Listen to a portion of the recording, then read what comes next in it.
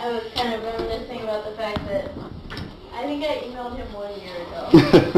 Yeah. The first date didn't work for me, and then the next one didn't work for you. And, you know. But we're happy to finally have you here.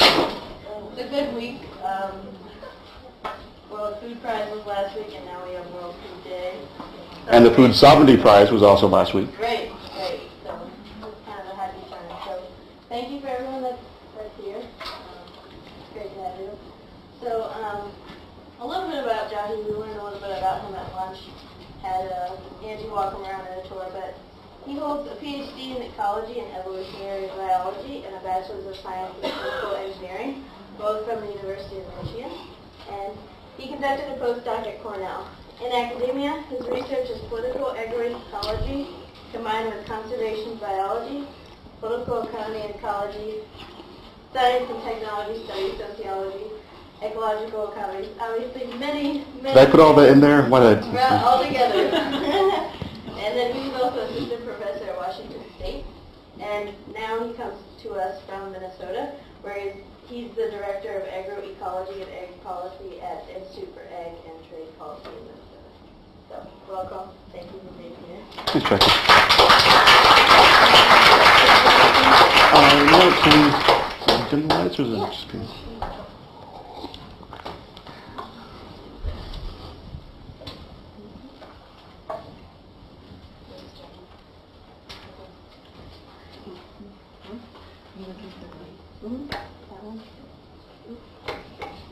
Probably not. There we go. All right, thank you. Thanks everyone for coming, and thank you to the GPSA for bringing me here. It's been fun talking the past day and talking to Jackie for the past year.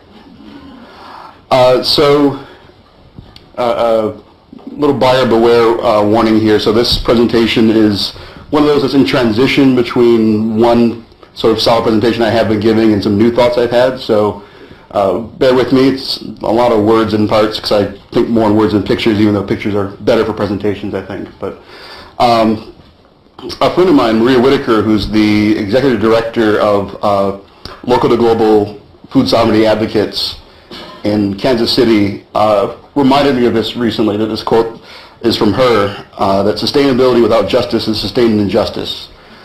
And I think that's actually kind of definitionally true, but I'm going to go through more in detail on how I see that playing out and what that has to do with sustainable intensification, with agroecology, and sort of food security writ large, addressing these urgent problems that I think we are hearing more and more about in terms of feeding the world, feeding the 9 billion, fighting climate change, etc., etc. Very important and urgent problems. So sustainable intensification is a term that's been growing in use for years. It was, I think, first used by Jules Pretty some years ago, though he used it in the context of specifically being a local, focused, and participatory process. It's come to mean more broadly something more like what John Foley and his colleagues defined it as, which is making more food for more people with less resources.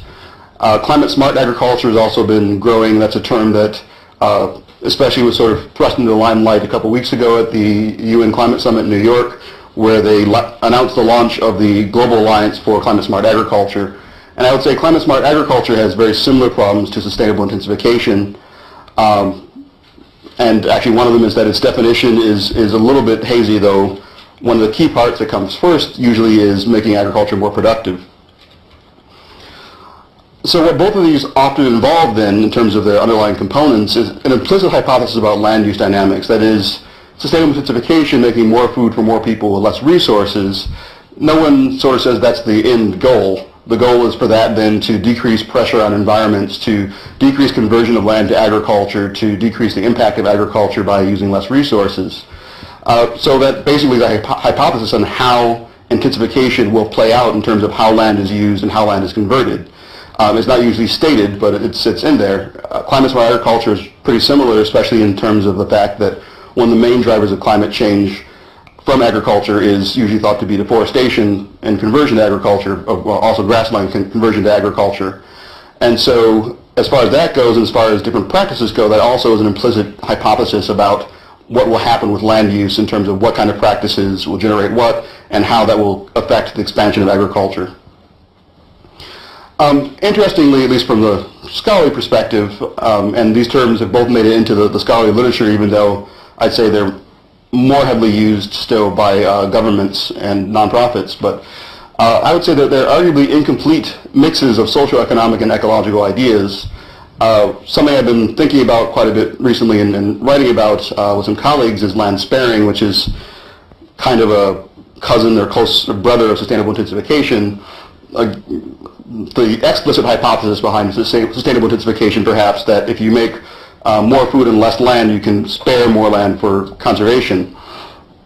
One of the interesting things about that is the way it was posed, because it deals with land use, people's livelihoods, food security, conservation biology. It is a mix of social, ecological, and economic ideas, but by and large, it actually is not even a fully formed economic idea, because you can argue that increased productivity will lower prices, which means more people have access to food, which means more food security, and then less demand outside of that and expansion of agriculture. That is an economic hypothesis that actually has several different parts that are almost never stated and can be true but is not necessarily true. So that's why I say it's an arguably incomplete mix, because rarely do you even hear it get to the economics of why the intensification will lead to decreased conversion or increased food security. It's viewed to be obvious, but my argument is that you actually have to look at the science, the research, the experiences, and not just say it's obvious so it's probably true, which if for anything else we would say that's not a really good way to go about it.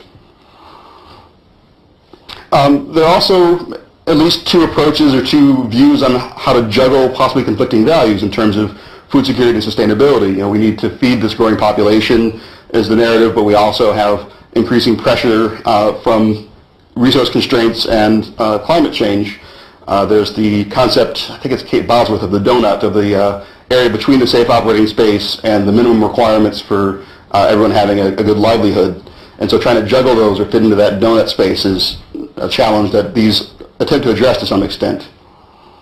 And then this is the part that probably people within these areas would most disagree about, but I would say that they're also both continuing in the quasi-scientific narrative of productivism and neo-Malthusianism, that this focus on production and productivity from agriculture as a key tool for, well, everything in agriculture, for sustainability, for decreasing land conversion, for feeding people, and sort of neo-Malthusianist ideas of the problem with food security being too many people. By contrast, and I should say, these are my takes on agroecology and land sharing, so by no means do all agroecologists share these views, but agroecology has been increasingly termed as a movement, science, and practice. I think pretty much all agroecologists agree that it's a science instead of practices. The movement part is still somewhat controversial, though a matter of empirical fact, there are movements advocating agroecology, so it is a movement, though maybe you might view that as a separate thing than science and practices. But so you have, of course, the research, much of which is coming from Iowa State, some excellent research in agroecology, the science of how ecosystems work, how agroecosystems work and interact with the ecosystems around them. You have the practices, a number of practices that have been found to work pretty well in terms of decreasing impact on the environment, increasing biodiversity, a variety of things that obviously fit in those two things. And then, like I said, there is plural of movements, but the most prominent being Via Campesina, that advocates agroecology as how they think agriculture should be structured and conducted, and they have very specific ideas about that, many of which do fit into the science and practices uncontroversially in terms of trying to use more sustainable practices and other bits which are much more political and which some agroecologists agree with and others don't. But nonetheless, like I say, it is all three of those things, and I think that's an important distinction. It's the only one of these terms, climate smart and sustainable intensification, that has this characteristic, and since any implementation requires society to have some buy-in, I would say that actually it's useful that agroecology has all three of these. To a large extent, land sharing has been formulated almost exclusively to rebut land sparing. I mean, the term itself didn't come about until after land sparing, but it's another way of saying, well, so within the domain of the land sparing sharing debate, of which I'm part, against my will somewhat. Well, that's not true. Anyway, within the context of that debate, the land sparing is more food and less land. You can conserve more land for agriculture, for environment conservation, and land sharing is you suffer some kind of yield loss over the highest yield you could get, so you use more land for agriculture, but that land that isn't agriculture is more environmentally benign. The interesting thing is that that's not the terms that most of the land sharers I know accept, because the idea is not that land sharing has some inherent quality of yield. In some cases you do see increases in yield, in other cases you don't. There's the questions as how far we can actually push that if we had more research in agroecology. But, and the effects on biodiversity are also variable, and there's a decades-long debate called the single large or several small reserve debate on how you configure landscapes for best conservation. But apart from those, I'd say actually land sharing is about working with the people who are on the land. It's sort of actually the share part goes beyond just sharing it between agriculture and conservation. It's trying to figure out how to work with people to make it a sustainable system socio-politically. And so within that, if you think about consumer demand, land conversion, as I'll talk about later on, there's a lot of factors there. And so land sharers ourselves, we're not saying, we don't agree that the definition is using more land for less intensive agriculture. Rather, it's using land for less intensive agriculture in terms of resource use and paying attention to all the other governance factors which actually have stronger influence on land dynamics. So a little side note there.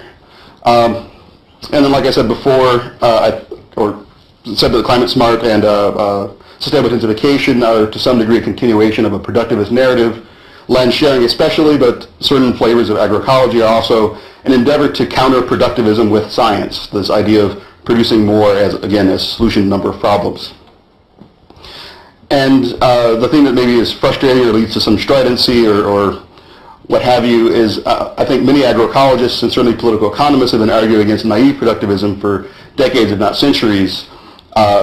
Within scholarship, I think the engagement with naive productivism varies, but certainly within the mass media, it's sort of what you see, that we need to produce more food for more people when it's much more complicated than that. So the title of this is Sustainability Without Justice is Sustained Injustice. So why justice? What does justice have to do with feeding the world? What's the science, or is this just a nice belief to have about focusing on justice? Charles Darwin had a nice quote speaking specifically of slavery, but my PhD advisor, John Vandermeer, was really moved by this quote, that if the misery of our poor is caused not by the laws of nature, but by our institutions, great is our sin. That if the reason that things are the way they are is not because of some inevitable working out of weather, climate, agriculture productivity, but rather the policies that we enact or allow to happen, then it's our responsibility and we're at fault and have committed a great moral fault. So without using the call to authority to Darwin, I would say that the scientific rationality behind it is if hunger and food insecurity and agriculture-related climate change are not caused primarily from insufficient yield, they can't be solved by more yield. And so yield intensification should certainly be something that's on the table. It is important. This is one of those arguments where people say, well, but it still matters. And it's not an argument of whether or not it matters, it's an argument of how much. So sure, it should still be on the table, but it maybe should be the fourth or fifth or third thing on the table after some other things. So, as I said, we've argued against productivism because arguably it is immoral to focus on things that are not the root solution if you really are serious about solving the problem. And I would say the science backs up what I just said as I'll go through, that yield is not the primary restriction to achieving food security. So Cormac O'Gara, economic historian who wrote sort of one of the definitive tomes on famine, quoted a Chinese official as saying famine is 3 parts nature and 7 parts man. Mike Davis wrote a book called Late Victorian Holocausts that went over famines around the world for a period of years and found, to people who work in this area maybe unsurprisingly, that most cases there was enough food in country, often in region, and that the famine was a combination of drought and weather changes, but also governance. That one of the examples in China, during a certain period of droughts, the way that the emperor maintained power was making sure all of the local prefecturas, prefectorates, I can only think of it in Portuguese, sorry, mayors had grain stores, and so whenever there was a famine, those local grain stores were handed out as a way of keeping patronage, keeping people loyal to the emperor. In a later age, the emperor bought patronage a different way. People actually bought money and gold and imperial power and connections, and so they didn't keep all those grain reserves. Famine or drought a much worse famine. A number of other things played in there too, so it wasn't just the weather. So that's sort of what Ograda is saying with that quote, and Davis says throughout his book. And there's an interesting, this is what I mean when I think of political economists thinking about this for centuries. Walford did a study of world famines in 1878, and I don't remember the exact numbers, but he found something like a order of magnitude increase in famines in India after British colonialism, when the British thought that they were bringing, and they were bringing more productivity, but that productivity actually didn't avert famine. The connections with railroads, which people thought would allow you to ship grains anywhere that had famine, actually in many places worsened it, because that meant all the local economies were connected to the international prices. And so poor people locally were priced out of being able to buy the grain that was available in country. So England was shipping grain from India to England while India had famines. So for centuries we've seen that there's kind of a mismatch here. And beyond that, I would say, there's a danger in different rhetorics. I think we all know that, and I think productivism, frankly, has gotten a little bit too much of a pass because it's used. It can't be blamed for everything it's used for, but it is used as one of the justifications for expropriating land for small farmers under the idea that they're less efficient or need to be helped out to be more efficient and more productive so we can solve this global food crisis, ignoring often the local conditions or local rights there. And it also takes attention away from other ways that you might be able to solve this problem. If you focus on yield, you're going to get yield. You might not get the other things that you want. My argument is you should focus on the thing you want to get. So also with reference to small farmers and their supposed inefficiency, and also the conversion of land from small farmers expanding into frontiers and deforesting, converting grasslands, there's a nice quote about that most environmental degradation is caused by the non-poor. Even where poor people degrade the environment, this is often due to the poor being denied their rights to natural resources by wealthier elites, and in many cases being pushed onto marginal lands more prone to degradation. And population growth does not necessarily lead to increased degradation. And this was written by a bunch of hippies called the World Bank. So again, the justice part is key, because if, arguably, it's very unjust for poor farmers to be expropriated from the land they're on, to be pushed into more delicate, fragile land, and for that land to be degraded, and you blame it on the poor, that is both unjust and, I would argue, an inefficient way to carry about trying to solve the problems of food security if you're trying to solve that, or environmental degradation. So in short, I'm not sure if you've gotten this idea yet, but I think that the focus on yield is too problematic and has been connected to too much tragedy, frankly, to let stand as a major proposal in society. And a continued focus on productivity really threatens a continuation of our existing problems, so sustained injustice, that I think, run a real risk of a world where we succeed in producing more food, but we don't necessarily succeed in reducing the proportion of people who are hungry. So we might sustain the current level of injustice even if we're producing more food if we don't change the way things are configured. And I highlighted tragedy there because I think there's an interesting parallel maybe to the more or less classical notions of tragedy in terms of being a mistake that brings down a hero. Someone who's otherwise heroic, but they have a mistake or character flaw, which is a mistranslation according to Wikipedia, but a mistake or a character flaw that brings an otherwise heroic figure down. Many people are trying very earnestly to help solve these problems, but if we focus on the wrong thing, I would argue that is sort of a tragic flaw in our own narrative. And like I said, it's also the dominant and most intuitive discourse that we see definitely around us, even though many scholars might acknowledge it's more complicated. Often the message that's put out is it is the first thing. Like in climate smart agriculture, the first thing listed there is productivity and not any other political factors. So let me present a little bit more of the evidence around why I think this way, for those who might not already be familiar. But for over 30 years, arguably over 2 centuries, or almost 2 centuries, we've seen that this simple focus between yield and hunger doesn't really hold. So the classic work in this, of course, is from the Nobel Prize-winning economist Amartya Sen, who in 1981 said hunger and starvation are very rarely the result of insufficient food availability, but are usually caused by an inability to access food, with poverty being the primary reason. I'm not going to get into it right this second at least, but there is sort of a neo-productivist narrative which says, well, okay, yes, poverty is the primary cause, but if farmers can produce more, then they'll be wealthier and they'll be less hungry, which again is a hypothesis. It's not necessarily true, and it's the type of one that we should be very careful about testing. And certainly, in that case, it's hard to see how productivity, say, here in Iowa is helping other farmers, especially if it lowers the international prices. That's not going to make other farmers wealthier. And in terms of just some statistics backing up some of these ideas beyond sin, Smith wrote that in 1995, 80% of malnourished children lived in countries with food energy surpluses, with more than enough calories available per child per day. She also found that as you get above the appropriate energy surplus, per capita surplus, that the responsiveness in decreasing hunger went down very rapidly, that once you have more calories than are adequate, the decrease in hunger you see from adding even more calories drops off pretty rapidly. And so we can see this in the U.S. We have an average daily per capita intake of around 3,800 calories per person before waste. We have 12% of people pretty steadily not able to ensure daily minimum food requirements.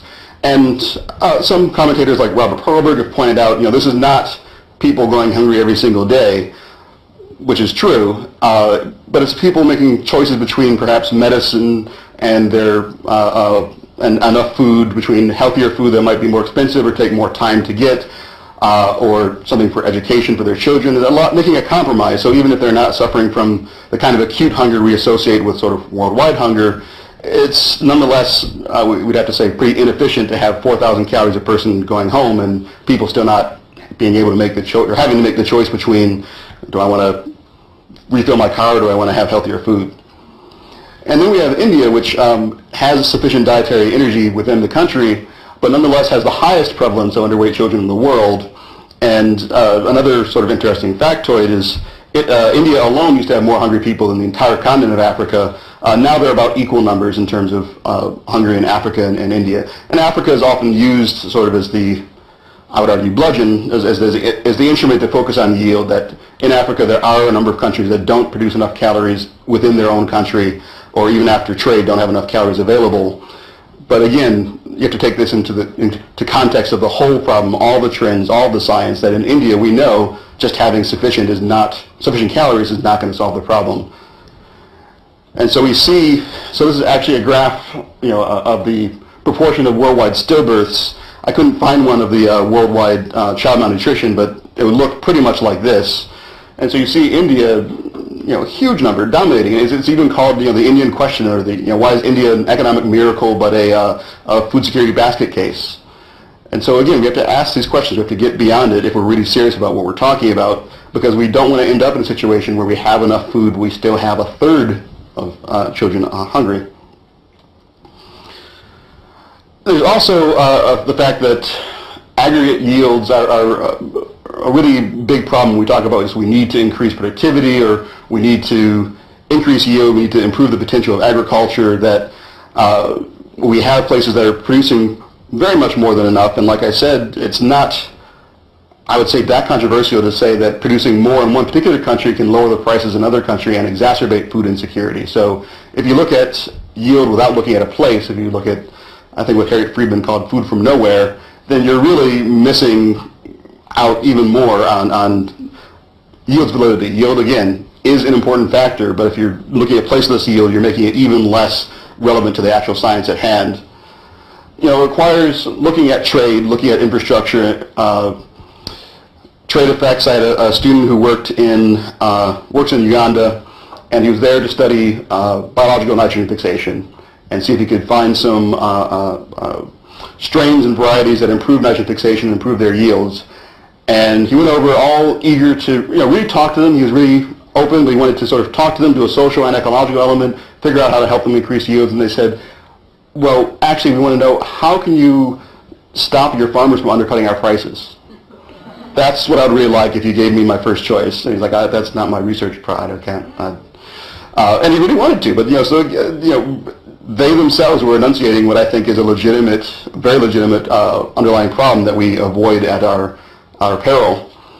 There's also infrastructure. I mean, we know in many, many places where there is a yield gap, insufficient yield, we know education, especially education for women. We know infrastructure in terms of roads and access to local markets, having the infrastructure to transport around local markets, all these things are pretty vital to, if you have a higher yield, being able to sell it and then be more profitable and then be able to buy more food. So it's another one of those things that if you don't address that part, and even if you did just go in and raise yields, you're not really solving the problem, where actually education, infrastructure, roads do tend to increase quality of life even aside from yield. So it seems just kind of backwards. And so this is what I mean about being honest about rate limiting steps. So as Jackie said, my undergrad was in chemical engineering, and this is an idea I've always held on to, that just a chemical reaction can proceed no faster than the slowest part of the reaction. And so thinking about food, this is one of the first things that struck me, that in terms of solutions, we can't solve the problem any faster than we solve the most restrictive variables, in my opinion. And the most restrictive variables are not the yield. So even, again, it's on the table, but it's not the point. You know, putting more cars in a line for a traffic jam doesn't make it go faster. So you really need to think about what the slowest and most difficult step is, and that's daunting. That's part of the reason that we don't address it as much, I think. You know, politics is hard, but I also think that I would say it's not rocket science, but it is also a science. You can study it, and the solutions are not necessarily as clean, but you can come up with answers and ideas that are replicable and valid. So I think even though it's hard, we actually underutilize the tools that we have from social science to think about it. Then there's also this recent piece by Tim Wise at Tufts University, Feeding the World, the Ultimate First World Conceit. A farmer friend of mine at a conference I was at this past week also brought up this idea, and he said, you can't tell farmers in Iowa they're not feeding the world. They don't want to hear that. But, you know, Tim, I think, says, you know, it is, you know, I don't think this has started trending on Twitter yet, but, you know, it's first world conceit, you know, like a first world problem, that we're producing to solve this grand problem, even though we don't really know how that feeds into the system in detail. That's what we're doing. And so again, it's just a call, I think, to look at things more carefully. He points out, you know, only 15% of food is traded internationally. 50 to 70% of food is produced by smallholder farmers. And I often wonder, when we talk about the science and how important it is, where the inverse productivity relationship goes, which is, again and again, empirical studies have found that smaller farms are more productive per unit area. This doesn't make sense according to some sort of classic conceptions of economics, yet it is observed repeatedly. And so it's one of those things where, fine, we can say that it's an unsolved problem, and in theory it shouldn't be the case, but Barrett et al. Has said, you know, looking at the majority of research over the past 30 years, it is overwhelmingly the pattern, and larger farms being more productive per unit area is definitely the exception. So however we might want to explain this, it's still an empirically observed relationship that we don't hear people talking about, well, the science says that we should be thinking about how to support smaller farms, or at least actually figuring out why they're more productive and fine using that, but just sort of going, well, it shouldn't actually be that way, and if we do large farms right, it won't be that way anymore. I would argue is not the most scientific way to approach that observation. So I've talked a lot about what doesn't solve hunger, in my opinion, or food security. To get a little bit more into detail on what does provide food security, I really like a framework laid out by one of my mentors, Cecilia Rocha, who's a nutrition economist at Ryerson University in Toronto. Had a conference that actually, I think, did you or Jan present? Or did either of you present? We were commentators. Commentators, that's right. So I got to meet Professor Flora there. So Cecilia came up with 5 A's of food security, which I really like, and I really think actually addresses some of the concerns that people who advocate food sovereignty talk about, but it hasn't caught on everywhere, so you can be the start. This is ground zero. Everyone start using these. So she does start with availability. Sufficient supply, of course, is necessary for food security. That is one of the A's. Accessibility, effective distribution. Everyone has to have both physical and economic access to it. You have to be able to afford it, and you have to be able to get to it. Acceptability, that if we're talking about food security and a real seriously engaged right to food, then it should be culturally acceptable and nutritionally adequate, that you shouldn't have to violate some of your beliefs if you are vegetarian or vegan or keep halal or kosher, that you should have the ability to maintain that while having access to food that is nourishing. Appropriateness, it should also be ecologically sustainable, and it should be safe. Pretty appropriate. Okay. And then the part that gets the most short shrift all the time is agency, which you could describe as rights and the socio-political ability to demand and secure your rights. So basically, some degree of political autonomy and a system that recognizes that. So you could think of this as being pretty close to the idea of food sovereignty. And Cecilia has written that we can't achieve the other 4 A's without agency. It's the most important of the A's. Amartya Sen sort of similarly has hypothesized that countries that have both a democracy and a free press won't suffer from famine. That's kind of actually more of a conjecture than a reality, but it's still the same idea that if you have people aware of hunger, and if you look at very basic psychological research and behavioral economic research, people in general across the world, you think everyone should have access to sufficient food to make a go of it. That's a basic right of being human. You should have a way, if the food is there in your society, to have access to it so you can be a productive member. You can earn all those other rights, sure, or earn other privileges within society, but if you don't have food, you can't even do the work to be productive or whatever you want to define it. And if you don't have agency, then all these other 4 A's are temporary. If you're not able to seek redress in your political system, then there's no reason your political system will continue to address your needs. And I'll come back to that idea. Then we also have some other empirical and theoretical work by Lisa Smith and colleagues. So this is a conceptual framework of food security from global availability to people's nutrition security at the individual level. So she does have the global food availability there. You have imports and national food production, which leads to national food availability, which comes into all these things. And so the problem, as I've probably already overemphasized, is that we focus so much here and so much less here. She has a lot of factors there, and in a paper by one of my colleagues and I, Luce et al., we are saying that because of this kind of dynamic, because you have so many elements going into it, productivity should only be viewed as one step through the prism of justice. If you don't have procedural and distributive justice, if you don't have basically agency and accessibility, then you can't really say that you're talking about food security, that productivity should be viewed through the prism of those two approaches to justice, which is, again, like I say, kind of a way of addressing this, slightly different emphases, but really gets at a very similar idea. Also, Smith and Lawrence Haddad did an empirical work looking at how hunger was reduced between 1970 and 1995, looking at child malnutrition because that's the most solid numbers in terms of hunger. It's very hard to get solid numbers. If you start from dividing how many calories there are per person, then you actually have no idea what's going to happen with access, so you can't get who's actually hungry. They might actually be hungry and be the poor. So the most solid numbers we have tend to be child malnutrition. So they used that as the basis of their data, and they said, well, okay, what factors, going through a whole bunch of very detailed statistical work, what factors seem to be the most rigorously established to decrease hunger? And what they found in this period where over 160 million people, children, went from being food insecure to food secure, they found that 43% of this effect was from increases in women's education. If you add in women's status, it's over 50%. And the interesting thing about, you also have health environment, so they use proxies that I would say they validated, but it's a long paper, you'd have to read it to see if you believe the validation yourself. But health environment was access to clean water, which has multiple important functions. So as a proxy for whether or not they're in a good health environment. Women's status is the most interesting one to me. They just use a ratio of women's longevity to men's longevity under the assumption that I love, I don't know if it's validated, but it's my favorite assumption, that if you do have equal rights, the first thing you're going to make sure is that you live as long as everyone else. And since women actually tend to live slightly longer than men, the farther that is below parity, or women being slightly more long-lived, the more you can assume that they don't have full equal rights, because they would probably start with trying to live.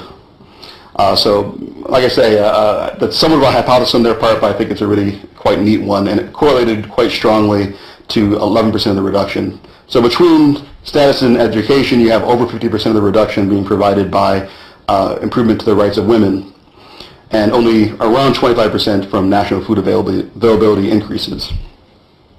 So Bassett and Winter Nelson in their Atlas of World Food Insecurity said it a different way, but pointed out that increasing women's agency was twice as likely to improve food security as increasing yields. And so a question I asked actually last year as a speaker of the World Food Prize was, I'm pretty sure we don't see twice as much research money going towards women's equality. And, you know, again, as hard as it might be, more tricky as it might be, it seems like the investment in it should be much more comparable by any sort of logical process. And if it's harder, arguably it should have more resources behind it than the things that are also hard but maybe not as hard or complex. This is a qualitative graph based on on Smith and Haddad's work, in that they did some tests to say, well, what if you raised per capita production to the optimal level so that there's per person enough food per day, and you also increased education to the optimum level. And so they found at the optimum level that increasing food productivity or increasing productivity and national food availability would decrease hunger by about 4% additionally to what they found, whereas increasing women's education would lead to about a 19% decrease. They did say that, you know, yield is the most responsive, so that's why this is a qualitative graph, but that's why yield raises more quickly. They said, you know, the first couple steps you make in increasing yield do decrease hunger more quickly, but it pretty quickly levels off and you end up having almost 5 times the size of effect from getting parity in women's education. Again, not easy, but you know, probably doable. Interestingly, if we do think about the neo-Malthusian narratives, access to education is also correlated with reducing population growth. As women have more education and more choices and equality, they tend to have less children because they have reproductive choice, and you have to have both rights and, you know, contraception, appropriate infrastructure to do that. It can't just be part of that equation. But that tends to correlate with lower population growth. So if we are concerned with that part, I don't think it's the main problem, but handily, education has sort of these multiple benefits. It also increases women's agricultural productivity, which in many studies is lower than men's, and in a couple it's higher. But I can't remember the exact number, but someone estimated that if we increased women's agricultural productivity to parity, it would be like a 20% increase in food in Africa. So you do see education does usually increase agricultural productivity. So this is like a threefer. You get 3 great things just for the simple cost of educating women, which is kind of a great thing by itself to have parity. So yeah.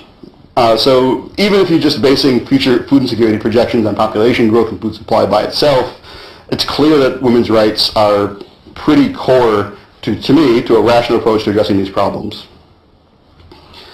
Then there's other really interesting overlooked factors in this common narrative. If we are thinking about the need to produce more food for more people, which again has, you know, that's in there, I don't think it's the most important problem. But if we're thinking about that, why do we want to make our job harder? The USDA handily has these nutrition and distribution gaps numbers for areas of the world. So for Latin America, they estimate that the distribution gap, how much grain it would take for everyone to have sufficient calories at current economic inequality levels, is 5 times higher than the nutrition gap, which is how much more grain would be needed if you distributed it evenly. So it's 5 times larger if we allow inequality, if we sustain injustice, than if we don't. And so that just seems, like a really inefficient way to say, well, we need to do 5 times of what we have to get to the same result. Why make our job harder for ourselves? And then, of course, there's the idea of, or the importance of food waste, which has been growing in the public eye, I think, quite rapidly, and I'm very happy about that, though it's an interesting problem for a couple of reasons. You know, it's not another one that doesn't have simple solutions, so it's great that we have more people thinking about it. I also am curious, and this is not a popular thing to point out necessarily, but I'm curious as to whether or not it might be one of those things that is a public good, but there's not a lot of profit in it, which is, I think, why one of the other arguments I have in a different presentation is the importance of democratic governance and food sovereignty, because there are solutions that are societally possible that we can decide as a society to do, but are not economically possible. We can't decide that we're going to make profits, large private profits at the same time. So it might be, at least to some degree, for food waste, what you're saying is people can get the same nutrition and buy less food. I don't know how you make more profits from that. You could maybe, you know, from supply and demand curves, maybe you could maintain it somewhat, but I don't know if you could increase your profits from people just buying less crap and throwing less of it away. Maybe some waste recovery thing can be part of that, but eating more efficiently I don't see as a big profit driver, but maybe I'm wrong. This is another representation of the food waste that we start with. We just look at the edible crop harvest from what is produced out in the world. It's around 4,600 calories per person per day, which is quite a bit more than we actually need. Between animal feed and waste, we end up bringing that down to less than half, to around 2,000 calories per person per day. Those when you add back a couple hundred from meat and dairy. So this has also been talked about quite a bit, is the challenge of what to do with people eating more and more meat. It's actually a quite an interesting problem from my point of view, because if we think about what we're hearing that an increased diets with an increase in meat are going to be a real challenge for the environment, a real problem for climate change. And I'm not actually an economist, but it seems to me that if you're talking about a properly internalized price, that means the price should be going up. And so actually, by definition, in an efficient economy, people aren't eating more meat because it's causing more damage and it costs more. So I'm always curious when economists sort of say, well, people are eating more and more meat and we don't know how to stop it and it's going to cause more destruction. So I'm like, well, but by your theory, if you price it right, and there's challenges. You don't want to price out people who can't eat enough meat currently. I'm not saying it makes it easy, but it seems like one of those problems that shouldn't exist by the assumptions of people that I disagree with already. So I mean, to put it another way, sort of dramatically, if we had a case where for every 5 houses we built, 2 or 3 of them burned down, we wouldn't call it a house supply problem. I'm just saying. We wouldn't say, let's build more houses. We'd say, let's stop them from burning down. We also have the fact that diabetes and cardiovascular diseases that are at least partly related to diet, are a huge source of mortality worldwide. We, I think, all know about the so-called obesity epidemic. I think there's some important critiques of that concept, but we do know that there is a lot of non-nutritional food being eaten by a lot of people, and it's not great for health. So to sort of add to the wasteful analogy, it's as if for every 3 cars we produced, 1 ran over a bystander on the way to getting crushed. Just immediately, out of the factory, runs over, kills someone, and gets crushed. And we wouldn't say, well, we need is more cars. We'd say, well, can we stop killing people with them, and can we stop crushing them immediately? That would be, I think, the lever points we'd see as the most logical lever points. So now, switching gears, so that's about food security. I maybe won't dwell too much on this, but I think there's also important problems with the sustainable intensification, productivist, climate-smart agriculture narrative with regards to land use change. So as with food security, I'd argue the focus on making more food and less land or less resources doesn't fit with what we know scientifically. According to some researchers, given the complexity of land use intensity, providing a single and unambiguous and encompassing definition or indicator of land use intensity does not appear to be an adequate target.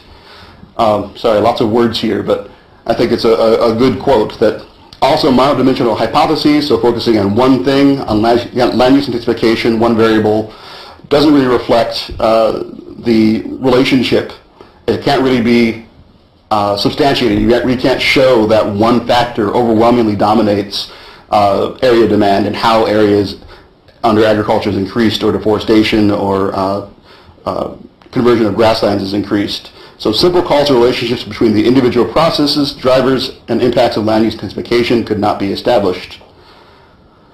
So from a similar research group, but about 10 years earlier, from I think 152 empirical cases, they came up with this, in short, equation for land use, looking at a variety of elements, including a number of policies, including vulnerability, which you might think of as justice-oriented elements, including social organization. So we have a lot of factors, and so just turning it into yield seems a little inapropos. So the proportion of cases in which a dominant single or key factor operated was really low, around 10% of their, I think, 152 cases, as with pure causal chains. Usually things were caused by multiple causes simultaneously, or most were caused by a synergistic combination of factors, several things simultaneously that affect each other.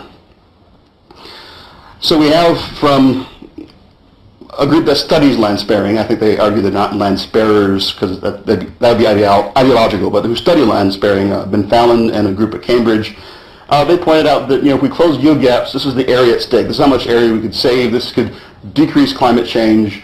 This could decrease the conversion of nature because we'd have to use less land.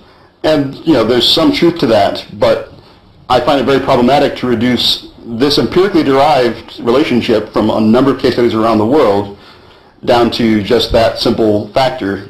This is just a representation of the equation model they had up there, but so you have all these different factors, many of which affect themselves, have interactions within those factors, and affect many other things. So turning just agricultural expansion, which is one part of this, 96 cases they found around agricultural expansion, turning that into this seems to me, again, not the way to go scientifically. So I think that calls into question this. Again, maybe some of that is the case, that yield has something to do with this, but way too simple, I think, to really be a serious proposition. And then, of course, if we think about, if we really want to grapple with how the food system actually works, then we can look at something like this, which has, I would say, probably, most, not all, but most of the important variables in food security, waste, and environmental effects. Now, of course, we can't necessarily work with this by, in terms of our everyday life, but I think we can't pretend it doesn't exist either. So, I would argue from the land share perspective, from the agroecological science perspective, that food production and land use can't be and should not be separated from the political processes. Again, if you do that, that's the situation of sustaining injustice. If we have injustice right now and we create a sustainable system right now, we're sustaining the current conditions, which are not just. And a friend of mine, Dave Abson, at Leuphana University in Germany, pointed out that the questions and goals in land sparing, and I would say by extension sustainable intensification, are actually not even framed in a way that can produce meaningful answers.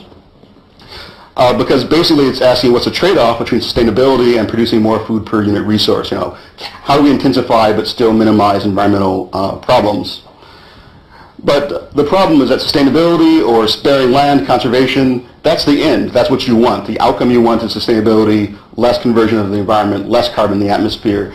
Intensification or productivity is only and always a means. If it doesn't produce more money for someone or more food for someone or less food insecurity, then it doesn't solve anything.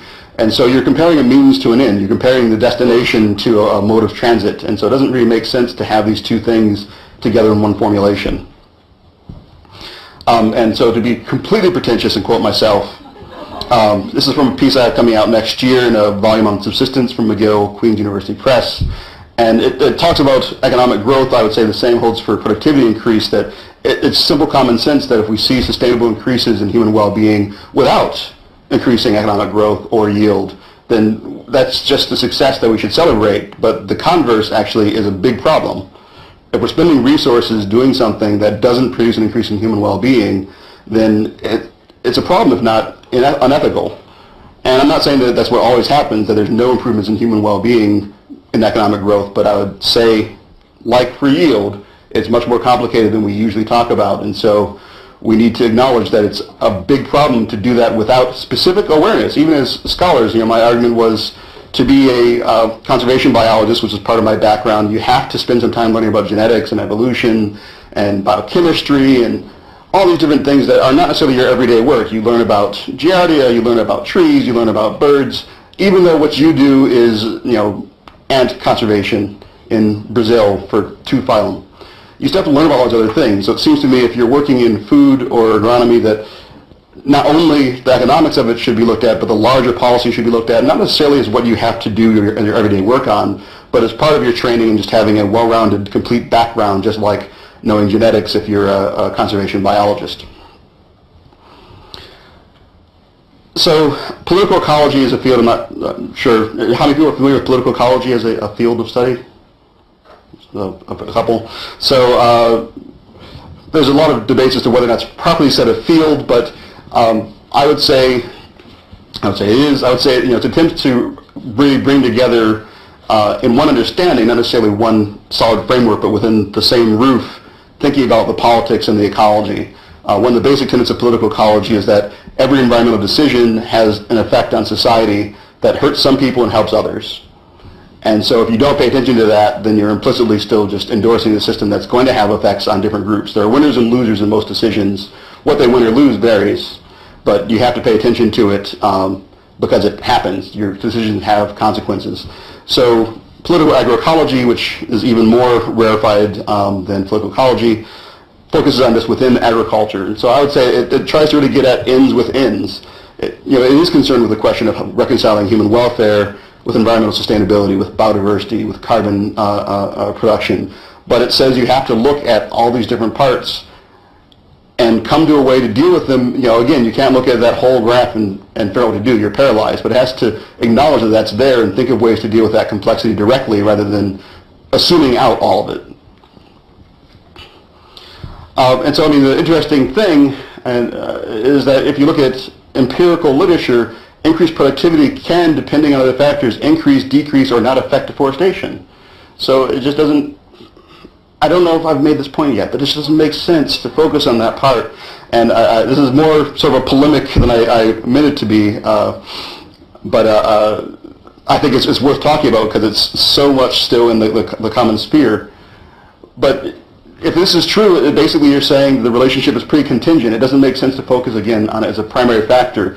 I'm not sure how many of you are familiar with the reasons, but it seems very counterintuitive that increased productivity can increase deforestation or expansion rates. But going back again to basic economics and how it actually plays out sometimes in the real world, sometimes you're actually right, that in some cases the increase in productivity means that people are motivated to invest more in agriculture. You can get more with less. Say, oh, this is great. Well, that's an investment opportunity. We just found this technology that makes more with less. We should convert more things to it so we can have more profits. That's how it works. It is more tempting to do that because you are more productive. And so you do see that in a number of cases where you have greater in-migration to an area and then greater deforestation and conversion to agriculture because it is more profitable to do so. And then there's cases where it may not affect it. And I think conceptually we can think of sort of the extremes that you could fence off with armed guards and a lot of money, every piece of land, and people could be both hungry and there's not enough agriculture and you're preserving everything. Or you could cut down everything and convert it to whatever you want, all sorts of products to export, and still have people hungry as well. Those two do interrelate, but it's not very simple, and it depends a lot on the context and what's going on. So that's what I just said. So using productivity to connect land use change and food security, I would say, is incomplete, arbitrary, and of limited use. So this goes back to the paper I mentioned earlier by my colleague Jacqueline Lusa and a number of other authors, that no approach can be called sustainable without explicitly addressing procedural and distributive justice. So procedural justice in terms of who gets to decide who gets access to what resources and how, basically what form of democracy preferably that you're talking about, and distributive justice, meaning that everyone has access in some way to enough resources. And of course there's lots of ways to think about distributive justice. At one extreme is everyone's forced to have the same amount, but the other extreme is being neutral about how much anyone has. If someone has too much, then people have too little. So distributive justice says we should think about where we desire to be between those. Interestingly, if you survey Americans, I don't know if all of you have seen this, about income inequality in the United States, we say a really, really pretty egalitarian society, well, much more egalitarian than we are currently, is desirable, where the richest control, I think, is around 40% of the resources. We think America right now looks like where the rich control around 60% of the resources, which is actually, I think, Denmark. And the reality is that the richest control around 80 or 90% of the resources. And so, again, you have a popular will, actually, for a different kind of system, for a more just system, but is not reflected, which I would argue is a lack of both distributive and procedural justice in that case. And when you have 12% of people not getting access to enough food, it's a pretty relevant problem when there's 4,000 calories per person per day. I'm not unbiased, but I think agroecology is uniquely positioned to support the realization of these principles and needs around justice. There's flavors. There's 5 flavors. I like this, at least particular assessment of agroecology as having 5 flavors from, not his term, but from Frederick Buttle in 2005, which he called ecosystems agroecology, agronomic agroecology, ecological political economy, agro-population ecology, and integrated assessment of multifunctional agricultural landscapes, a really catchy tongue-dancing term. So basically, agro-population ecology and ecosystems agroecology is much more drawing on classic ecological literature, classic ecological theory within ecosystems, or population biology, which has really seen a surge because of the immense insights it's generated in the past several decades. Agronomic agroecology really focuses a bit on the practices as one of its primary focuses, and then ecological political economy really deals with the idea of who is farming how as a matter of politics. The reason different people farm in different ways is a combination of their choices, of the choices they've made, but also what choices they have. And so that is a big part of how ecological political economy thinks. So I think having all these tools and the integrated assessment of multifunctional agricultural landscapes, that one has been a bit more popular in Europe as something that people especially do, but it's saying agricultural landscapes have multiple values, cultural values being one of them. To some degree, many European countries still say, well, we want to actively maintain the pastoral aesthetic that I think many of us, well, even walking around here, I mean, the Monsanto wing of the Student Services Center has a guy holding a pig. He's very happy. It's not a pig in a factory being, a gestation crate or anything. So, I mean, we still like the idea of a certain kind of farming, and there's a number of European policies that say, well, we like it, we want to actually try and support it. Various arguments around it, but it's an interesting approach, and so trying to think of how to look at cultural values as a distinct value. If we like it, we can have it, that's something possible, as well as other values like ecosystem services and productivity and employment, looking at all those together. So that's an important strand, though I think a bit separated, sort of continental agroecology.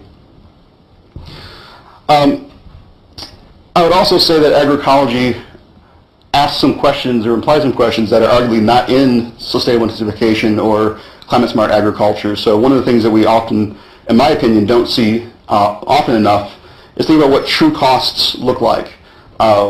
We talk about consumption, we talk about consumer demand. I was talking about the demand for meat.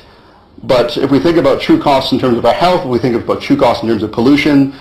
Jules Pretty estimated, I think, that American agriculture in 2001 had $32 billion in negative externalities. The value added, according to the World Bank, of U.S. agriculture was $100 billion.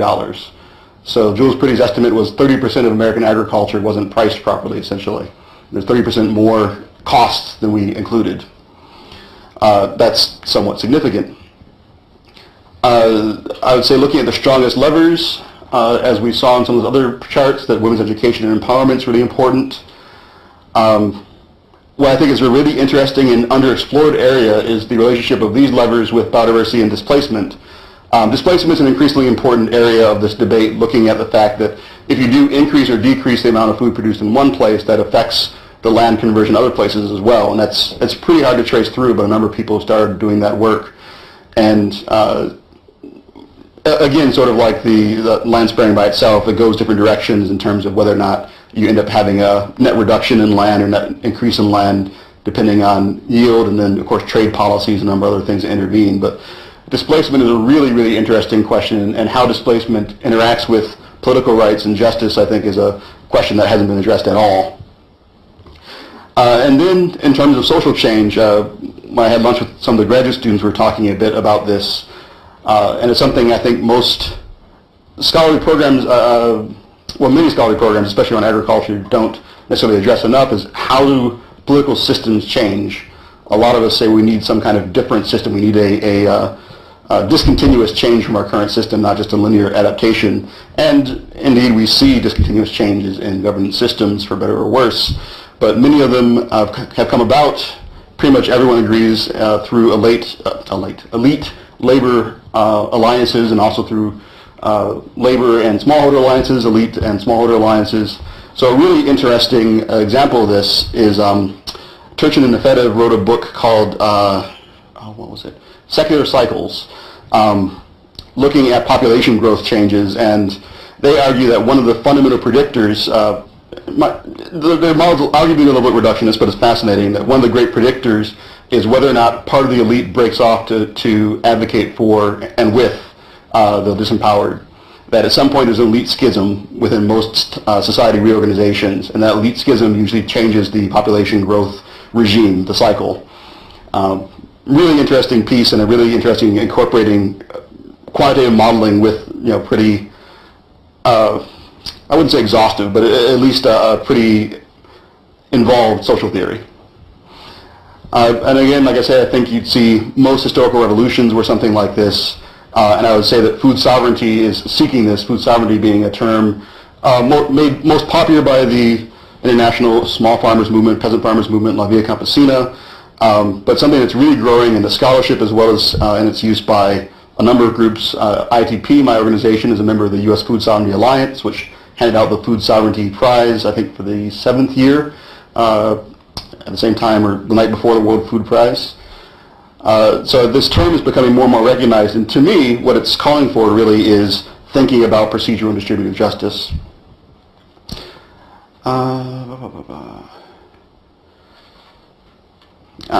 Okay. So I mentioned earlier that land sharers see land sharing itself as something kind of different and more encompassing. So this is somewhat what I was referring to, that it's not just about productivity and intensification and biodiversity, but also around an ethos of sharing, of sovereignty, of sharing governance, working with people, working with communities.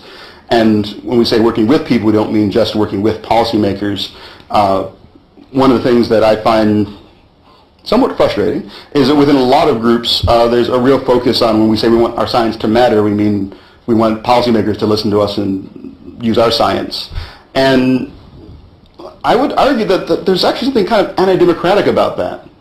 To say that I've got the science, and you may be right, but you should do it because I've got the science, actually doesn't go through the process of convincing your fellow citizens, which is sort of what democracy is supposed to be for. So even if you're effective in saying, I've got the science, now implement it, I would argue that's a little bit anti-democratic. It might be the way the game is played currently, but it's not really in the spirit of working with other citizens. And so I would say, as a matter of principle, as well as a matter of effectiveness, actually, we should be thinking about ways to work much more closely with communities in a variety of places. I like to say we should help with rather than help at people.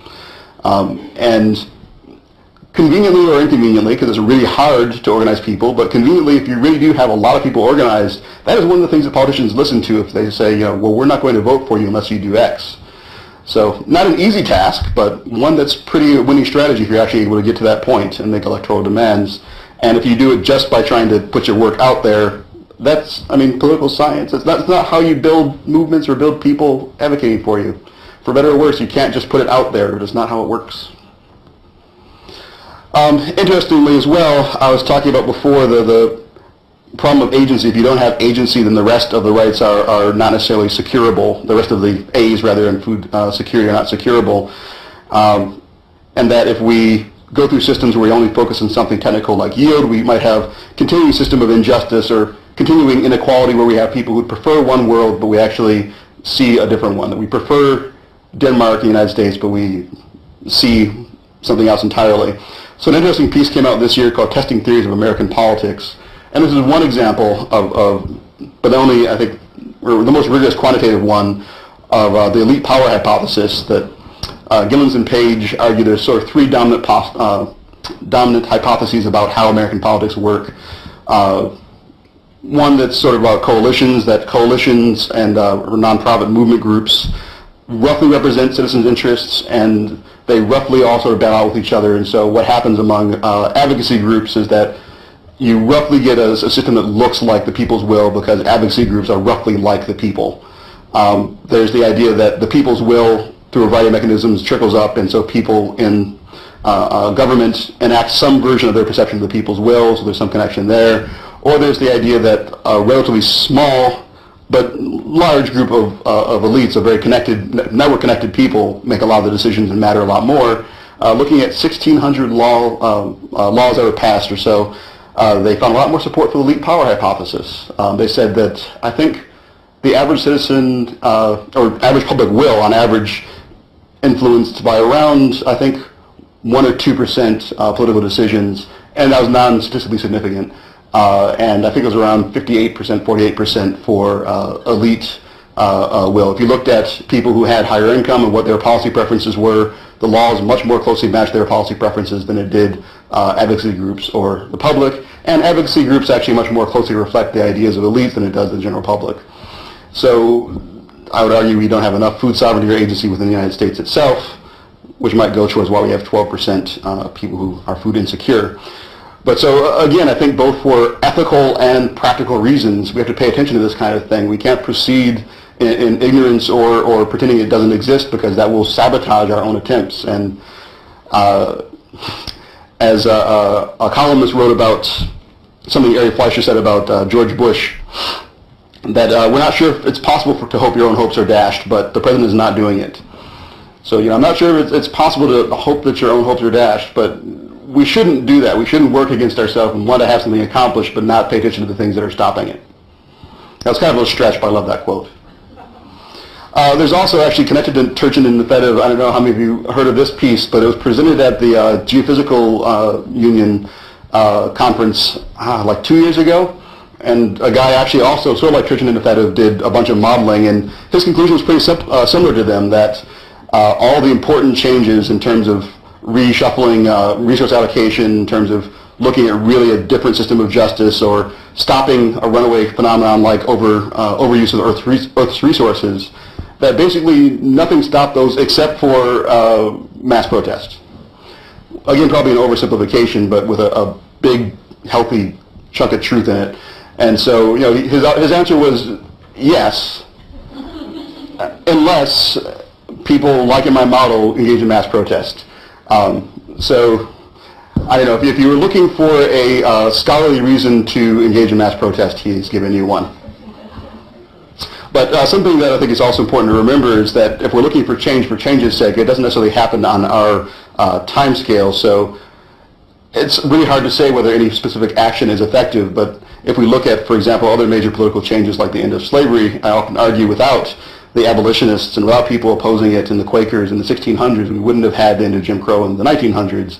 But the Quakers' grandchildren's grandchildren didn't really see that happen.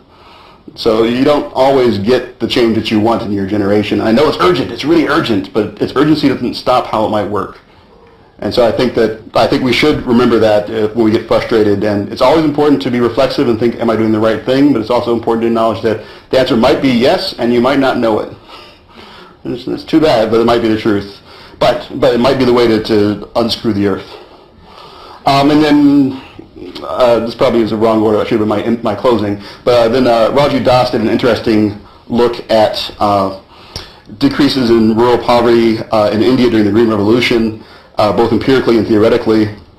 And he found that those provinces that had the largest decreases in hunger were not connected to those that had the largest increases in yield. Sometimes they co-occurred, but what was in common between all the ones that had decreases in rural poverty were a whole suite of government policies that were anti-poverty and pro-education. And so he said the yield might be in there. The yield probably helped, but it was, in his mind, his work was proof that it was obvious that we couldn't depend on technology itself. That's why they enacted other policies, because it wasn't enough by itself. And so that's another thing that I've been thinking and writing about recently, is just we have, to some degree, tests of how much productivity affects malnutrition and food security, but we haven't really dug into how much social movements affect it. And I think we know the answer is not zero, but I don't know if we've spent a lot of time in the broader literature saying, well, we've seen decreases in hunger between 1970 and 1995, between 1995 and now. How much of that is because of social movement and social action? Again, not an easy question, but I think one that, if you're serious about the science, you might need to dig into. So, in sum, whatever you call it, however you do it, I think both the science and moral compulsion means that to plan for a sustainable future, we really have to journey through considerations of justice. It is both the scientific and the ethical choice. Thanks.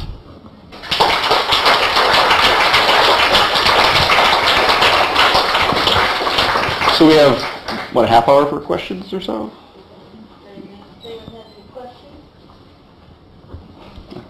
I just wanted to point out the notion of sustainable intensification worked really well here in Iowa. We really increased our ability to use corn, just amazingly so. And then we tore out all the conservation reserve programs. We tore out wetlands. We fixed it up so we could grow even on marginal land, so we could grow more corn. So I think your point of this myth that if we can just produce more on less land, we'll stop carrying our land, is we have proven it right here.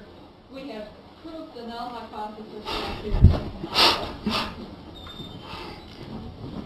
Thank you. Miss? I was wondering, taking corn as a good example. When corn is counted worldwide, all corn is counted as if all corn were equal, even though some cultivars of corn are grown strictly for the production of fuel or for livestock feed and are not going to enter the human food chain. And the second point, that corn can't be eaten directly as a significant food source without being cooked. It has to be processed in some form. There's energy that goes into that, and depending on your culture, the way that you process that food may require additional calories and other things like cooking oil. So I'm kind of wondering, when they talk about how much grain, if they're actually subtracting out, first of all, the cultivars that are never going to go into the food supply for humans, and secondly, all the things that are wrapped up. I mean, if you eat corn exclusively, you'll get pellagra. You have to have the corn properly processed, even if it's only with lime and added with, additional balancing factors. So sometimes I wonder if they pay attention to exactly how people eat food. Yeah, it's a good question. A friend of mine, Anna Herforth, who's an independent consultant now, but was at Cornell, she has told me that international nutritionists never just talk about yield or grain. I don't know if I believe her that they never do, but she argues that a real international nutritionist is very concerned about dietary diversity, and indeed the model that she presented to us was very similar to Smith's model, but I can't remember the exact three parts, but one was food supply and accessibility, I think, together. Another was the overall health environment, which sort of goes back to the water accessibility. But the overall health environment, affects how you're able to absorb nutrients, among other things, how much labor you're undergoing. And then the third one, which is fascinating, was specifically caretakers, I think, status. In terms of women, in terms of people who care for the elderly, people who care for children, which often is women, that the status of caretakers was a really important, one of the three key factors of food security from her perspective of international nutritionists. So I hope she's right. I don't know very many of them, but that hasn't been my impression. But she says, well, no, that's I don't know. I can't remember who's the other group. But she said, no, that's this kind of nutritionist, and we're over here. So hopefully that's true, and hopefully her kind of nutritionist will win the day. I'll start by saying this was a fantastic presentation. I loved it. It said a lot of things that I've been wanting to be able to communicate for a long time. But sorry, you touched a little bit on gender and how gender agency is such a significant indicator in terms of increasing food security. This is kind of a broad question, but I was wondering if you could talk a little bit more about how these relationships may correlate, like the factors, and what the gaps in research are still, in terms of the specific indicators like education, secure land access, political rights. So my friend Rachel Besner-Kerr has written a bit about this recently, and her work is quite nice. She's worked in Malawi for decades. There's a huge amount of literature out there, but yeah, the exact mechanisms, they're not so great at tying them down. There's the sort of the naive or the simplest version is that women having more rights. Women are on average more likely to spend extra resources and time on the family, increase the family's health. There's been at least one study recently contending that the prototypical male that spends money outside the house on alcohol is actually not on average true. But that's been at least the conventional wisdom for some time, is that men get higher income, they tend to spend it outside the household and on themselves first, on average, not all men, but that women on average spend it on the household first, and so improve nutrition security for their children. There's also, in terms of education and being better able to figure out and navigate different diets, there's also the sometimes or often conflict between cash crops, which tend to be in many countries grown by males, and more nutritional crops that are grown by women, tend to be grown by women. And so as women have more education and political status, they're better able to negotiate the fact that, yeah, I need this space, we have to compromise between this, and are better able to stand up for themselves in that way. And then there's also a pretty strong correlation between women's education and their income, and income is part of food security. So those are a couple of them. And then sort of at the macro level, Esther Duflo, I think, an economist at MIT, she had a paper where I think she did find that increasing women's rights was in general correlated with greater economic growth, so depending on your opinion, that might increase food security by itself. But she had a great point that sort of, I know it seems obvious, but maybe it's not, that you can't depend on economic growth alone or just a couple of targeted programs alone to increase women's status and equality. You have to specifically target the programs and work with the people there. So it's really a fascinating area. Because it's actually impinged on my work, I've studied a little bit about it, but I actually don't know as much as I would like. So in terms of the exact mechanisms, I know there's more out there than I'm aware of, but it is also less than you might expect. And is agroecology as a field looking at gender specifically, or do you think that's still sort of developing? I would say it's not necessarily a major theme of the entire field, especially all 5 flavors, because some of the 5 flavors don't really deal with the politics as much. I would say ecological political economy is something that has long been present. How much has actually been sort of practiced in terms of deeply engaging with it as a topic, I think has not been as much as could be or should be. But I think there's at least been a concern in the advocacy for that within ecological political economy that you don't see in many other areas. It's been acknowledged to be a key part of the equation for quite a long time in that strain.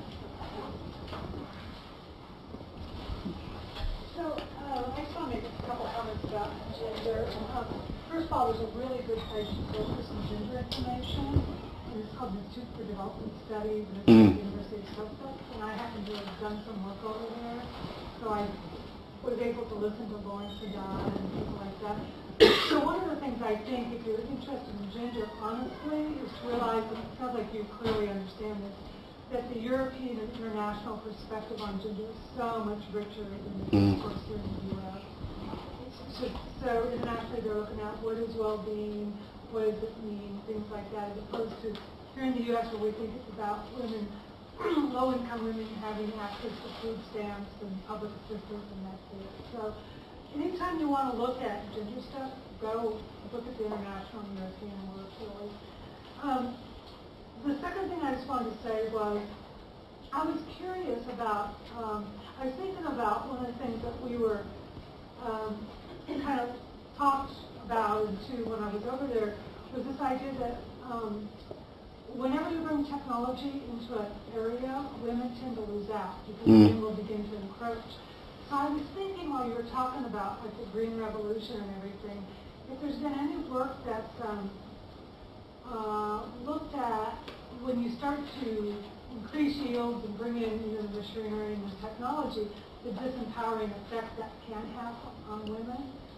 And I think that also could be quite fascinating. It would be one of those, because you're so right about the idea of what happens with women with education and so on.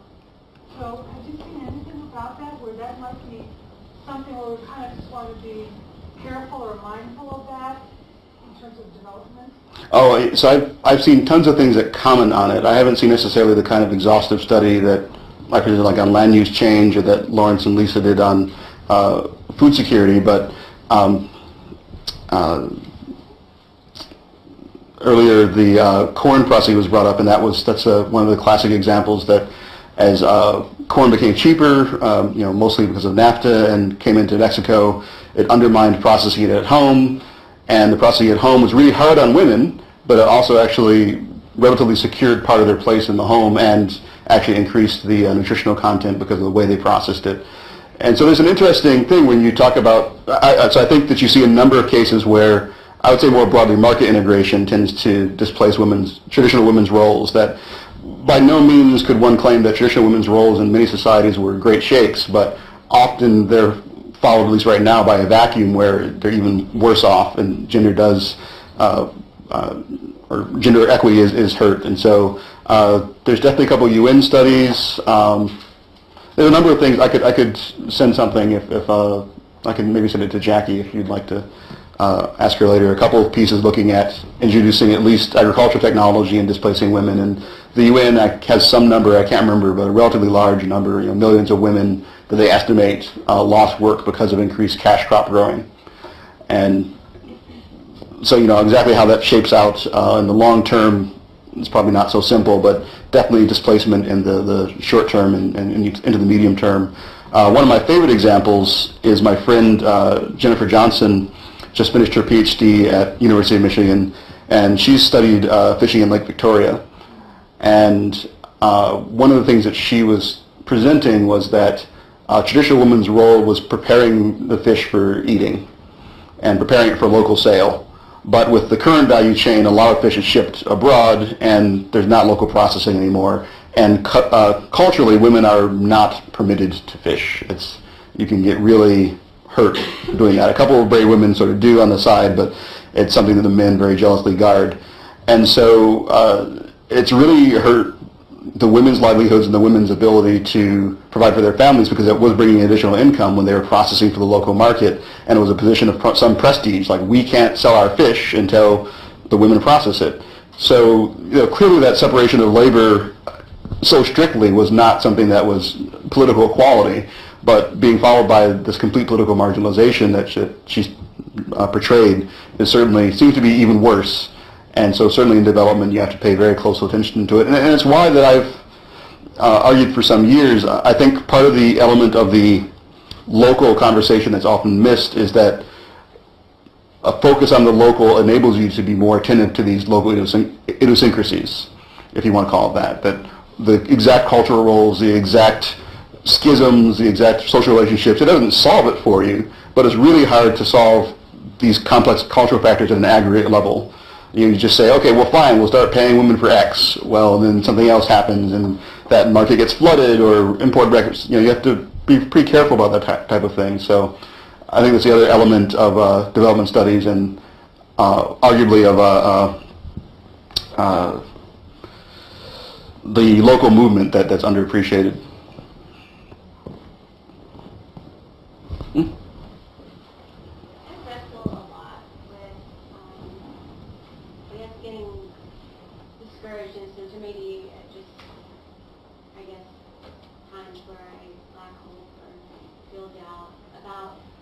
Achieving sovereignty, achieving justice, social justice, in a world in which powerful people want to hold on to their power and their ethics do not share in the same values. I don't know if you have any uplifting thoughts on the possibility of achieving food sovereignty and social justice in a world in which those players still hold their values and still try to hold on to their power. Well, I don't know how they can keep that and we can achieve those things, but I think that we can. I don't know that we can keep the current levels of privilege and achieve change, but I think we can achieve change. I don't know, there's a variety of ways to go. I think there's plenty of academic evidence, including Medvedev and Turchin and other things, that we do see cycles, and I think you would have to argue the international norms for human treatment have been increasing, maybe not linearly, but pretty steadily on average over the years. The famous Martin Luther King quote that the arc of history is long, but it bends towards justice. I guess if we're being very skeptical about it, we could say so far, but there's every reason to think, I think, from the students I've come across, I guess one of the things I draw hope from is some of the behavioral economics work, especially from Samuel Bowles and Herbert Gintis, that if you look across tons of studies in behavioral economics, the vast majority of people in every culture believe in basic needs fairness, that everyone should have access to the basic resources of life, and I can't remember what they called the other version of fairness, but that in general, people who have more should contribute more. And obviously, we quibble a lot or argue vociferously a lot about the exact numbers and ways to do that. But I find it very hopeful that actually it seems pretty rigorous that that's in common across pretty much all cultures to varying degrees. One of the examples is, I'm probably mixing up the names, but there's the Automated game and another game that they played in cultures all over the world, including, you know, the sort of isolated tribes and big cities and everything.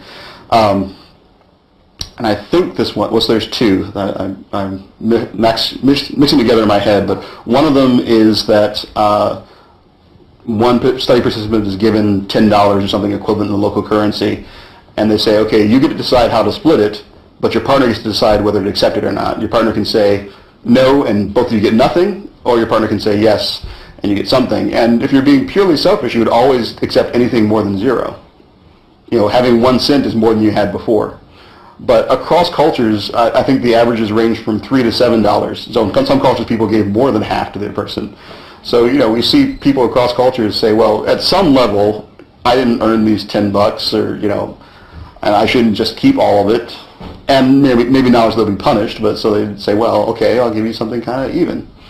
So, you know, that's reassuring. And then a similar one that I can't remember the details of, but they also found, for better and worse, that actually there's a pretty universal human desire to punish transgressors. And so if you look at like the classic prisoner's dilemma, where, you know, you can sort of rat out your partner for a lighter sentence, or if you both rat each other out, then you get sort of the worst outcome. But the way the game theory equations go, there's no reason for you to try and act to the better person, because that will not lead to the best outcome for you. But if you look at iterated prisoner's dilemmas or other similar problems, that you see people actually will spend quite a lot to punish someone who transgresses, who you know, ratted them out the previous turn. And so, you know, the upside and downside. The upside of that is that there's sort of a near universal sense of justice, that people should cooperate. There's also actually sort of an overdeveloped sense of revenge, that if someone screws you, you're really determined to screw them. And so Bowles and Gittes actually, as part of the problem of the American welfare system, is that, and this goes to me partly back to the local question, is it's so opaque. We don't have the trust that people who are getting benefits that we would believe people should get are using them wisely or correctly. And so we just have this overdeveloped, like, punish, because we don't want people violating the system. So a really kind of, I think, bad result comes from a not bad instinct, which is, you know, people who are abusing the system shouldn't benefit from it, but everyone who's willing to try and work should be able to work. So I don't know, those things give me a large degree of hope, just because they're so universal, and it seems to me like in the long term, the vast majority of people are going to have to win. There's more of us. I don't know, maybe we'll outbreed them, I don't know. That's, you know, when you talk about the amount of voice that the vast majority of us have compared to the amount of voice that those holding on to power have, that's where I really struggle. But I do agree. I think that most willing to share in the values you were talking about. That is helpful. Well, so actually, I want to relate to you something from Jose Oliva, who's a member of the Restaurant Opportunity Center, a group that advocates for restaurant workers as sort of forgotten part of the food chain and equity. But so he often does with groups, he says a game called Power Soccer. And so he divides it up into a team of like 5 people and a team of 25 people. And he says, okay, well, so you each have a goal, and it puts like a chair on each side and they have a ball. And so your goal is to get the ball past the chair. And there's a team of 5 people, so okay, 5 people you can stand here, and then 25 people you stand there. He says, now, the 5 people get to make the rules. So, and then they proceed under that, and the 25 people usually get creamed. But the interesting thing that he didn't explicitly bring up, at least in the time that he's recounting this, is that there's no reason those 25 people have to accept that. They could say, that's what you're laying out as the point of the exercise. I don't care. We're not accepting that. And either they wouldn't play the game because, I don't know, they would learn the lesson, or, you know, they play the game and you have to modify it, because what are you going to do against 25 people in polite conversation? So I found that interesting, that, I mean, the real problem there is the acceptance of the 5 times larger group. And so it's not quite so easy, but there's a large degree where we're disempowered because we think we are. Yeah. But I see that changing, and I see that as changeable, so. Remember us know that Fraley was on campus as Chief Technology Officer for Monsanto last week, and he responded to one of the questions from the audience about critiques of GMO technology as being pseudoscience, and he was very nice to give us a a document and a thumb drive with a corn to tell us to go look up mostly probably research funded by Monsanto that can test that pseudoscience. And so I think this debate about like science with a capital S and truth with a capital T and what those things mean as this contested terrain, especially around sort of yields and technology to boost yield. What do you think is the most effective strategy for engaging or not engaging in that dialogue? Because part of me wants to be like, some of us were joking about this, let's create our own little thing that next time someone does that, we're like, here, read my list, as a sort of like counter argument. But how do you, or do we not engage in that dialogue and say, like, keep going forward and make sure that the studies that are a counter narrative to that get exposure? I don't know, just kind of, because I feel like sometimes I get so frustrated in that paradigm and it just is like a back and forth. We don't make a lot of progress. I don't know. I'd say both are useful. Actually, I really like the idea of giving a thumb drive back. I mean, you could have a bunch of... Okay. About that, we can do this. Yeah, I really like that idea. I mean, carry around a bunch of thumb drives. And I mean, I had a meeting with the National Sustainable Ag Coalition, and they meet with the USDA pretty regularly, and they gave us a thumb drive of like their prominent studies. It'd be great to always have. Yeah, thanks. There you go. That would be awesome to give back to Fraley. Yeah. Well, let me show you mine. Yeah. Well, so next time, someone's going to come again. So next time you can. So I mean, well, I think there's a variety of things. I mean, to my strategy, I think that's a great idea. But my strategy basically has been to draw attention to what the type of thing you put on that thumb drive to say, well, what about all these studies like yield not being the most important thing, about gender being the most important thing? What are you doing about that? Do you have twice the investment in that? How are you doing that? Are you doing that in a locally responsive way? That's what the international nutritionists say you should do. What about caretaker? I mean, so they usually don't have answers to any of those questions, or if they do, maybe only the first couple. But that conversation is an interesting one. I mean, if they do have claims around that, even debating those claims is a much more fruitful place to be than just debating about the safety or usefulness of the product itself, but to say, well, there's a larger cultural context that is, as far as I can tell, relatively undisputed. It's just also undiscussed. So, go ahead and rebut me. I've said before, I'd love to see the rebutting studies, and we can talk through it, and that would be great. I just don't know of them, so far it seems to me like you should pay a lot of attention to my thing, and I already paid a lot of attention to your thing, so. Maybe one more question from anyone. Okay, we'll do you two, and then we'll get So I have a question about the women's education thing again, and so in those countries where they have seen improvement in women's education, I'm wondering if there are common threads or factors in those countries that people have seen really seem to allow that to happen.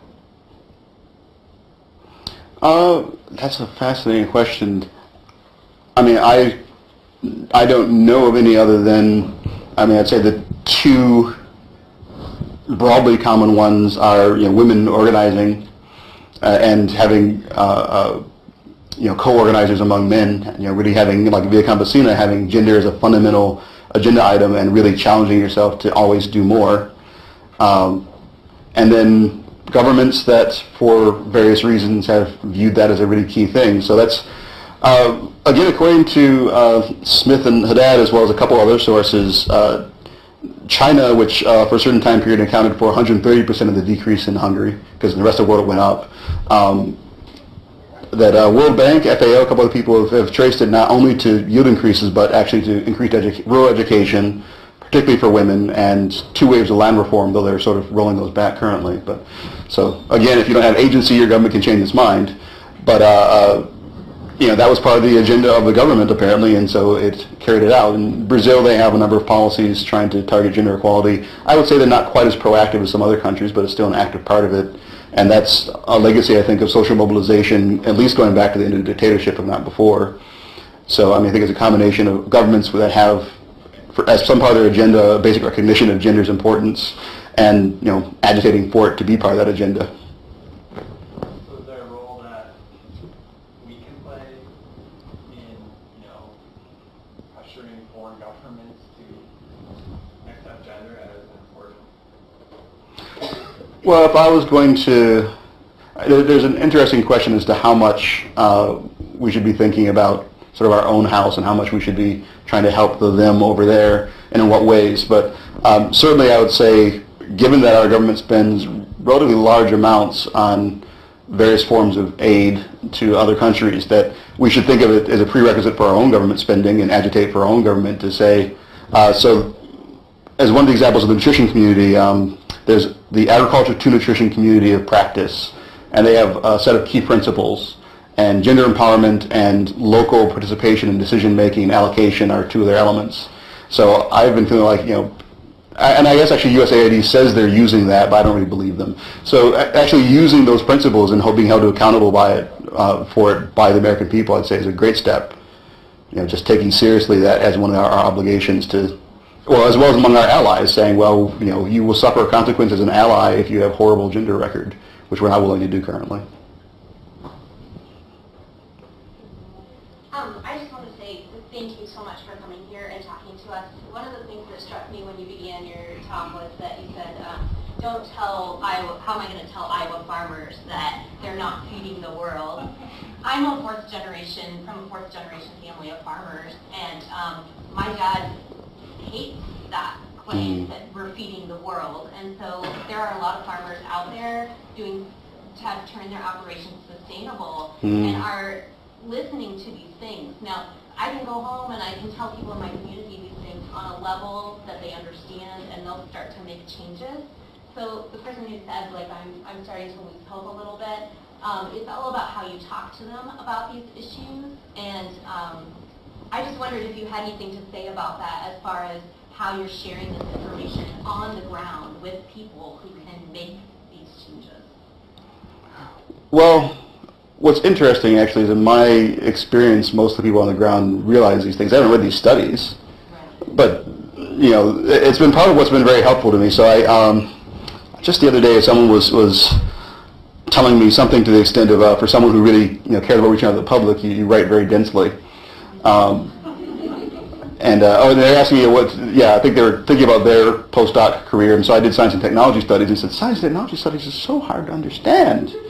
But arguably it was the most helpful thing for me in my work because it teaches you to be a bit more modest about your own knowledge and truth claims. And so I feel like I learned a lot of that from STS type work, and when I've talked to communities, I had one literally say, we really appreciate this, you actually are listening to us. And I said, well, how do you know? I just started talking to you. They said, well, no, we were used to people coming down from the school and telling us how to do things, and you actually were curious on what we needed and how we were doing things. And in my experience, many of the already organized groups are very aware of these phenomena, even if they don't have the studies. I think the interesting bits are people who are not yet organized or a member of an organization, and that's a big challenge in how to disseminate that. But I think that one of the things I think that universities could play a larger role in that, but it's just not currently what's rewarded. But I think especially land grants, both should and could be engaging with the average public far more. And I mean, I feel like a lot of my scientist colleagues, we're almost, not intentionally, but we overlook huge amounts of social science, like the fact that people trust people they know. And we want people to think for themselves. Well, by definition, thinking for yourself is not believing it just because someone told you it. And so if we tell people to be skeptical, but also to believe us without knowing us, then we're really, not everyone can do PhD research on all of the topics that are important in society. So you either have to be part of a social network where people will get to know you and believe you because you've proven yourself to be part of it, or you have to hope that people will be, I guess, drones that only listen to the right scientists, which seems not like that will work or is the right way to do it. So I think, much more heavy involvement with communities in a variety of ways. It will help, I think, our scholarship improve, maybe not necessarily our high-profile publications, which is part of the problem, but the quality and depth of our scholarship improve, and its applicability will vastly improve. And people will, I think, believe then the science. They were part of it. They know you. They know your kind of people. You can vouch for other scientists. And, it's not quite the scientific method, but it's actually the way people kind of work. So, thanks, everyone.